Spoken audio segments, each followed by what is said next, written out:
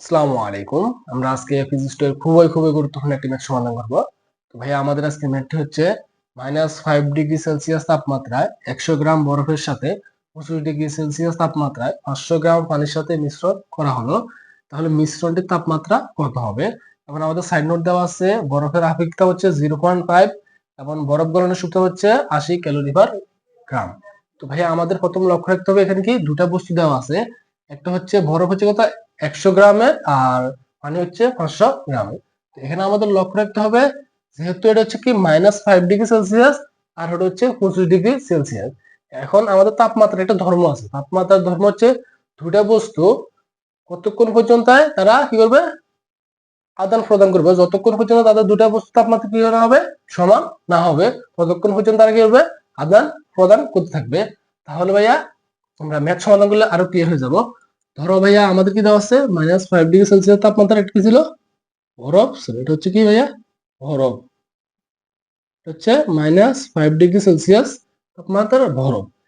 এখন দেখো ভাইয়া এই বরফটা কিসে যাবে, প্রথমে 0 ডিগ্রি সেলসিয়াসে বরফ হয়ে যাবে, এটা হচ্ছে কি ভাইয়া বরফ, এটা হচ্ছে ভাইয়া বরফ, তাহলে এটা হচ্ছে ভাইয়া 0 ডিগ্রি সেলসিয়াস বরফ।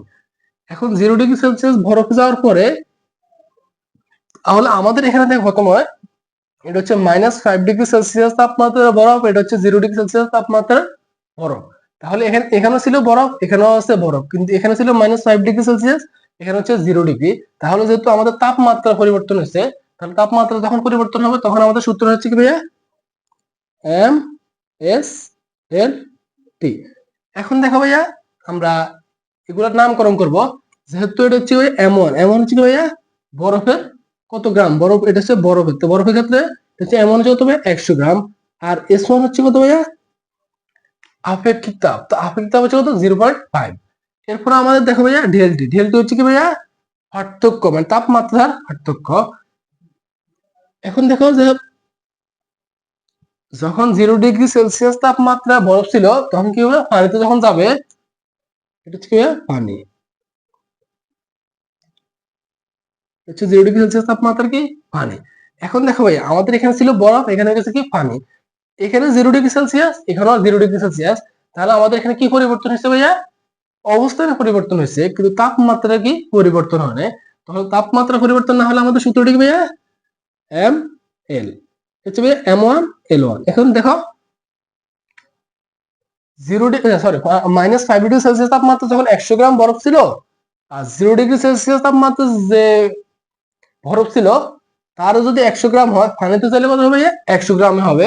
তাহলে ভাই আমাদের কি এমন কি পরিবর্তন হয় না, কিন্তু এল হচ্ছে কি ভাইয়া এল হচ্ছে সুপ্ত তাপ।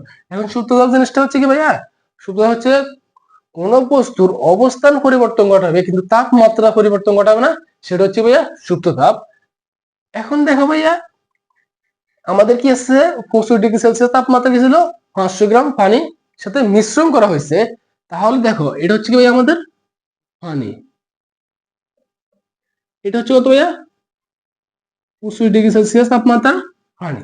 এখন যেহেতু এটার সাথে মিশ্রণ করা হয়েছিল তাহলে দেখো ভাই আমরা বুঝতেছি যে কি এটা বর্জন করতেছে আর এটা গ্রহণ করতেছে। তাহলে এখন আমরা তো জানা নাই, যেহেতু আমাদের জানা নাই তাহলে আমরা লিখতে পারি ভাইয়া এটা হচ্ছে কি ভাইয়া এটা হচ্ছে ধরো এক্স ডিগ্রি সেলসিয়াস পর্যন্ত কি করবে বর্জন করবে, আর এটা হচ্ছে কি এক্স ডিগ্রি সেলসিয়াস পর্যন্ত কি গ্রহণ করবে। তাহলে দেখো ভাইয়া এখানে আমাদের কি পরিবর্তন হবে ভাইয়া, এখানে দেখো এখানে আমাদের ছিল কি 25 ডিগ্রি সেলসিয়াস তাপমাত্রায়, কিন্তু এখানে কি বর্জন করবে 1 ডিগ্রি সেলসিয়াস পর্যন্ত। যেহেতু পানি পানি থাকবে কিন্তু আমাদের এখানে কি হবে ভাইয়া তাপমাত্রা পরিবর্তন করবে, তখন আমরা লিখতে পারি না ভাইয়া এম এস ডেল টি, হচ্ছে এটা দেখো ভাইয়া S3 আর এটা হচ্ছে কি M2।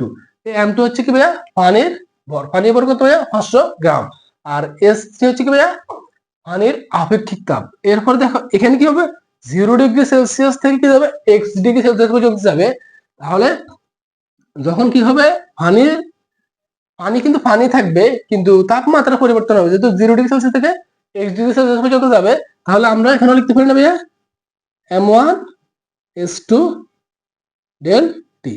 এখন দেখো ভাইয়া এই S2 মানে হচ্ছে কি ভাইয়া পানির আপেক্ষিক তাপ, তাহলে চাইলে কিন্তু ভাইয়া আমরা এটা একই লিখতে পারি, যেহেতু কি পানির আপেক্ষিক তাপ, তাহলে S2 হচ্ছে ভাইয়া পানির আপেক্ষিক তাপ। তাহলে আমরা এখন লিখতে পারি না যে ভাইয়া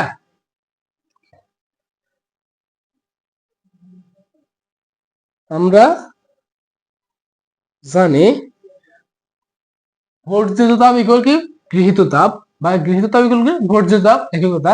তাহলে যেহেতু আমরা দেখতেছি কি ভাইয়া এটা বর্জন করবে আর এগুলা কি করবে গ্রহণ করবে, তাহলে আমরা লিখতে পারি না ভাইয়া M2S2 del T equal M1S1 del T plus M1L1 plus M1S2 del T। এখন আমরা মানগুলা বসিয়ে দিই। M2 এর মান হচ্ছে কত ভাইয়া 500 ইনটু S2 হচ্ছে আপেক্ষিক তাপ। তো পানির আপেক্ষিক তাপ হচ্ছে কত সিজিএস এ ভাইয়া 1 ক্যালোরি। এখানে সাইড নোট লিখে রাখো, সিজিএস এ পানির আপেক্ষিক তাপ হচ্ছে কত ভাইয়া 1 ক্যালোরি। তাহলে ইনটু 1 ডেল টি। এখন দেখো ভাইয়া যেহেতু 65°C থেকে কি 1°C আসবে, তাহলে ভাই আমরা ছোট থেকে বড়টা বিয়োগ দিয়ে দিব। ডেল টি মানে কি তাপমাত্রা পার্থক্য। তাহলে এটা হচ্ছে কত 25 মাইনাস এক্স ইকুয়াল এমন হচ্ছে কত ভাইয়া 100 ইন্টু S1 কত ভাইয়া বরফের আপেক্ষিক তাপ কত ভাইয়া 0.5 ইন্টু আর ডেল টি কত ভাইয়া দেখো -5°C ছিল 0°C গেছে। তাহলে আমরা এখন কি করতে পারি ভাইয়া বড়টা থেকে ছোটটা বিয়োগ দিতে। এখন দেখো ভাই 0°C বড় নাকি -5°C বড়, যেহেতু দেখো এটা হচ্ছে 0°C আর -5°C, তার মানে 0 থেকে কমছে, তার মানে আমরা এখন বড়টা থেকে ছোটটা বিয়োগ দিতে পারি। তাহলে এখন দেখো ভাইয়া এই দেখো 0 মাইনাস, যেহেতু আমরা বড়টা থেকে ছোটটা, তাহলে এখানে হচ্ছে কি মাইনাস মাইনাস হচ্ছে +5। তো এখন আমাদের কি হয়ে গেল জিরোটা লেখা লাগবে না। তাহলে আমরা এখন কি করতে পারি ভাইয়া ডাইরেক্ট 5 গুণ করে দিতে পারি। তাহলে আশা করি বুঝতে পারছো। এরপর হচ্ছে কি ভাইয়া এম হচ্ছে কত ভাইয়া 100 ইন্টু এখানে সূত্রটা জিনিসটা কত ভাইয়া আমাদেরকে দেওয়া আছে কত 80 ক্যালোরি।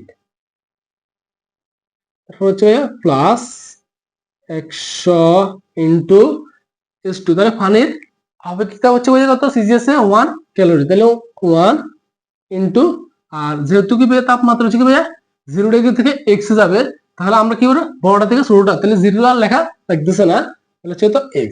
তাহলে এখন ভাইয়া আমরা গুণ করে দিই। তাহলে এটা হচ্ছে কত ভাইয়া দেখো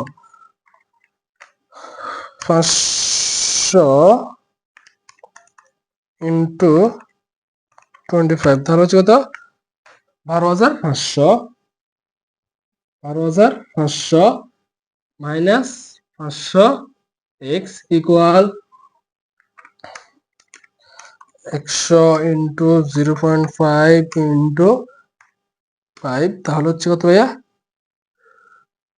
250 প্লাস 100 ইন্টু 80, তাহলে কত ভাইয়া 8000 প্লাস 100 x। তাহলে এখন দেখো ভাইয়া আমরা x গুলো এক পাশে নিয়ে আসবো। তাহলে আমাদের থাকছে ভাইয়া 500 x, যেহেতু প্লাস আছে x সাইডে মাইনাস আকারে চলে আসবে 100 x ইকুয়াল এখানে আমাদের কত আসছে ভাইয়া আমাদের এখানে কত আসছে ভাইয়া 8250। তাহলে আমাদের আসছে কত ভাইয়া 8250। এখন দেখো ভাইয়া আমাদের যেহেতু এই সাইডে গেছে প্লাস আকার ছিল, আমরা পাশে মাইনাস আকারে পাঠিয়ে দিব। তাহলে হচ্ছে কত ভাইয়া 12,500। আমরা এখন লিখতে পারি না ভাইয়া -600 x ইকুয়াল এখান থেকে বিয়োগ দিলে আমাদের কত থাকছে ভাইয়া 8250 মাইনাস 12,500 থেকে বিয়োগ দিলে আমাদের থাকছে কত ভাইয়া -4250। তাহলে এখন দেখো ভাইয়া আমরা চাইলে কিন্তু উভয় থেকে মাইনাসটা কেটে দিতে পারি। তাহলে আমরা লিখতে পারি x ইকুয়াল 4250 দুগুণ আকারে আমরা কিছু ভাগ করে পাঠিয়ে দিব, তাহলে 600 ডিভাইড, তাহলে আমরা করতে পারি না ভাইয়া 4250 ডিভাইডেড বাই 600, তাহলে আসতেছে কত ভাইয়া আমাদের x ইকুয়াল, সুতরাং x ইকুয়াল হচ্ছে কত ভাইয়া 7.083 ডিগ্রি সেলসিয়াস। তাহলে ভাইয়া সরি, তাহলে মিশ্রণের তাপমাত্রা হচ্ছে কত ভাইয়া 7.083 ডিগ্রি সেলসিয়াস। এটা হচ্ছে কি ভাইয়া আমাদের আনসার।